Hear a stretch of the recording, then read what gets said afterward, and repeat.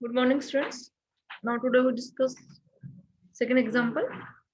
A given volume of a heavy fluid is at rest under the action of a force to a fixed point varying as a distance from that point. Find the pressure at point ABC.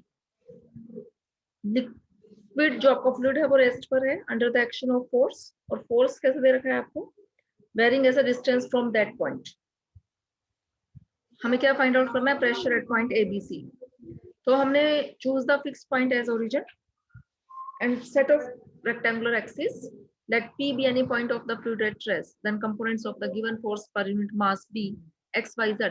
जो force है, force के components हमारे x, y, z. x जो है वो x direction में, y direction में, z जो है हमारा z डायरेक्शन में. और जो हम फोर्स के जो कंपोनेंट्स दे रखे हैं वो कैसे वेरी कर रहे हैं, varying as the distance from that point. अब जो हमारा x जो फोर्स है, अब x जो हमारी डायरेक्शन होती है, अगर हम ओरिजिन से देखें तो वो positive direction of x axis, और यहाँ P is any point in the space. एक कोई भी पॉइंट है आपका, मींस उस फ्लूइड के अंदर कोई भी पॉइंट. तो हमें जो डिस्टेंस मेजर करना है वो उस पॉइंट से मेजर करना है, मींस उस पॉइंट से ओरिजिन की तरफ. तो वो डिस्टेंस जो है वो डायरेक्शन क्या हो जाएगी आपकी, नेगेटिव, क्योंकि फोर्स जो है x, जो हमारा फोर्स x होगा, जो x डायरेक्शन है, तो वो क्या हो जाएगी, माइनस म्यू x. म्यू जो है वो कांस्टेंट ऑफ प्रोपोर्शनलिटी, क्योंकि वो वेरी कर रहा है ऐसे distance from that point. Similarly y is equal to minus mu y and z is equal to minus mu z minus g. साथ में क्योंकि फ्लूइड हैवी होने के कारण, हैवी फ्लूइड दे रखा है आपको, तो एक्सेलरेशन ड्यू टू ग्रेविटी भी काम करेगी, और acceleration due to gravity downward direction में काम करती है. तो जो इसने z एक्सिस ले रखा है, वो z एक्सिस जो है वो वर्टिकल डायरेक्शन में ले रखा है, मींस डाउनवर्ड डायरेक्शन में.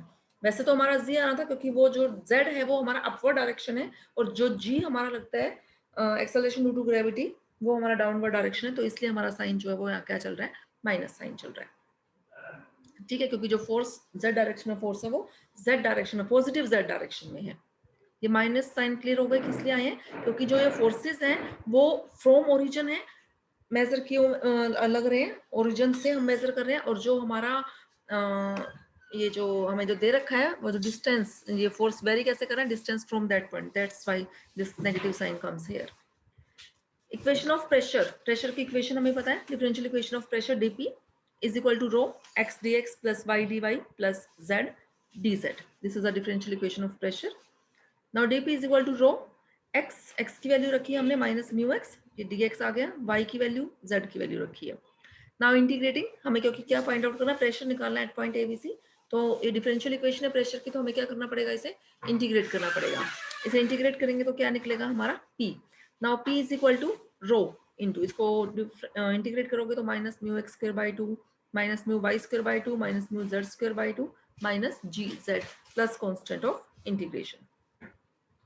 Now at free surface, free surface means जहां प्रेशर एक्ट नहीं कर रहा है आपका, तो P क्या है वहां, जीरो. जस्ट ये जो हम फ्री सरफेस की बात कर रहे हैं, यहाँ P इज इक्वल टू हमने जीरो लिया, जस्ट कांस्टेंट की वैल्यू हम इवेल्युएट कर रहे हैं यहाँ से, तो क्या आ गया हमारा, zero is equal to rho into this plus c. तो यहाँ से हमारे पास क्या आ गया, C माइनस साइन कॉमन लिया हुआ है, C minus this is equal to zero. तो यहाँ से हमारा सोल्व करेंगे इसको, तो हमारे पास आ गया x square plus y square plus z square plus 2gz by mu is equal to 2c by rho mu. या फिर हम इसको कैसे लिख सकते हैं, x square plus y square plus z plus g by mu whole square, means हमने square complete किया यहाँ, इट हम एड और सब्ट्रैक्ट करके g बाई म्यू स्क्वायर हमारे पास ये आ गया. Now it shows free surface is a sphere. जो ये हमने फ्री सरफेस देता मीन्स जहाँ हमारा प्रेशर एक्ट नहीं कर रहा है, वो क्या रिप्रेजेंट कर रहा है, ये फ्री सरफेस, ये हमारा एक स्फीयर की इक्वेशन आई हुई है. एंड रेडियस ऑफ स्फीयर, यहाँ से स्फीयर की रेडियस क्या हो गई, under root g square by mu square plus 2c by mu रो.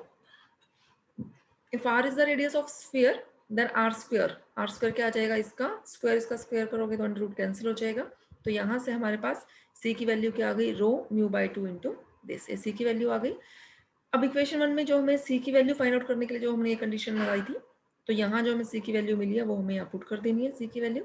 तो हमारे पास प्रेशर आ जाएगा, ये किस पॉइंट पे आया, XYZ पॉइंट पे आया, क्योंकि हमने जो P पॉइंट कंसीडर किया हुआ था उसके कोऑर्डिनेट्स XYZ थे. लेकिन अब हमें जो प्रेशर फाइंड आउट करना है वो ABC पॉइंट पे फाइंड आउट करना है, तो X को A से, Y को B से और Z को C से रिप्लेस कर दो. तो ये हमारे पास प्रेशर आ गया at any point ABC. Next definition है surface of equal pressure, important है in definitions. A surface of equal pressure is a surface which passes through all the points of a fluid at which pressure is same. जो surface है हमारा equi pressure, जहाँ equal pressure का, उस वो क्या है, दिस इज अ सरफेस जो कहाँ से पास हो रहा है, विच passes through all the points of a fluid, उन फ्लूइड के उन पॉइंट से पास हो रहा है जहाँ हमारा प्रेशर क्या है, सेम है जिन पॉइंट पे. तो pressure at any point xyz in a fluid at rest is given by differential equation of pressure dp is equal to this. On integrating we have p is equal to function, अगर हम इसको integrate करते हैं तो जो हमारे पास function आएगा वो किसका आएगा, एक्स वाई जेड का फंक्शन आएगा. तो हमने जस्ट लिख दिया p is a function of x y z. Say if p is constant, अगर p हमारा कांस्टेंट है मींस प्रेशर c है और वो कांस्टेंट की वैल्यू, तो इक्वेशन 2 से हमारा क्या आ जाएगा, phi of x y z is equal to c. और ये क्या आ गया हमारा, this is the equation of surface at every point of which pressure is constant. ये जो सरफेस की इक्वेशन आई है वो कैसे आई है, जब हमने प्रेशर को क्या लिया हुआ था, कांस्टेंट लिया हुआ था, और वो इक्वल जो प्रेशर कांस्टेंट था उसकी वैल्यू क्या थी, c थी. नाउ फॉर डिफरेंट c, अगर हम इस c की वैल्यू को चेंज करते रहें तो हमारे पास जो सरफेस की इक्वेशन आएंगी वो भी हमारे पास डिफरेंट डिफरेंट इक्वेशंस आ जाएंगी. So we get different surfaces of equal pressure. And if c is equal to 0, अगर c की वैल्यू 0 हो जाती है तो हमारे पास क्या आ जाएगा, phi of x y z is equal to 0. This is the equation of surface of zero pressure, means free surface और एक्सटर्नल सरफेस, मीन्स जहां कोई भी फोर्स अप्लाई या प्रेशर अप्लाई नहीं हो रहा है. ठीक है. नेक्स्ट डेफिनेशन है lines of force. A line of force is a curve or a line such that tangent to it at every point is the direction of resultant force at that point. क्या कह रहा है ये, line of force क्या है, line of force एक curve है या फिर एक लाइन है, such that tangent to it, अगर हम इस पे टेंजेंट ड्रॉ करें, at every point, tangent to it at every point, her point पे, is the डायरेक्शन की डायरेक्शन होगी, is the direction of resultant force at that point.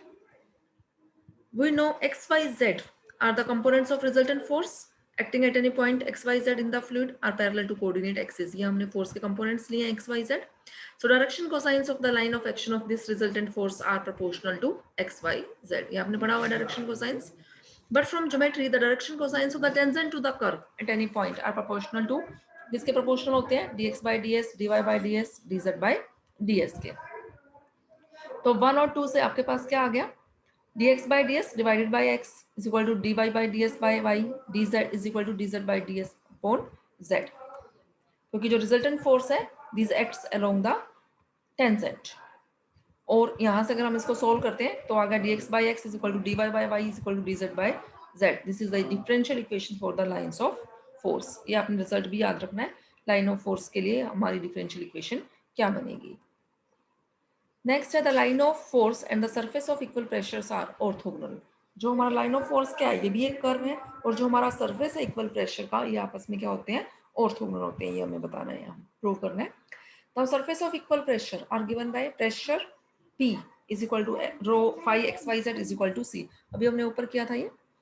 The direction cosines of the normal at any point to the surface are proportional to curly phi by curly x, curly phi by curly y, curly phi by curly z.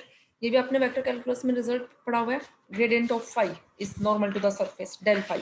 तो del phi के ही components हैं, करली phi करली x, करली phi करली Y और curly phi करली Z.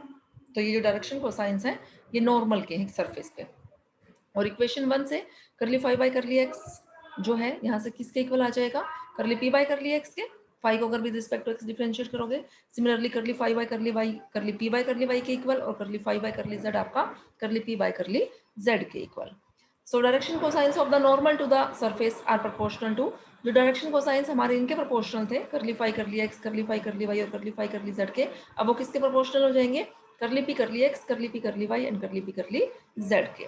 But we have seen, लेकिन हमें क्या पता है, curly p by curly x किसके इक्वल होता है, रो एक्स के, curly p by curly y rho y के, और curly p by curly z किसके इक्वल है, रो जेड के इक्वल है. ठीक है. सो फ्रॉम इक्वेशन 2 एंड 3, 2 और 3 से हम क्या कह सकते हैं कि direction cosines of the normal to the surface at any point x y z are proportional to x y and z, और that is the direction cosines of the line of force. तो इसका मतलब जो line of force है वो किसके parallel हो गई, they are parallel to the normal to the surface of equal pressure. ठीक है. तो हम क्या कह सकते हैं कि line of force and the surface of equal pressure are orthogonal. Okay students, बाकी हम नेक्स्ट लेक्चर में डिस्कस करेंगे।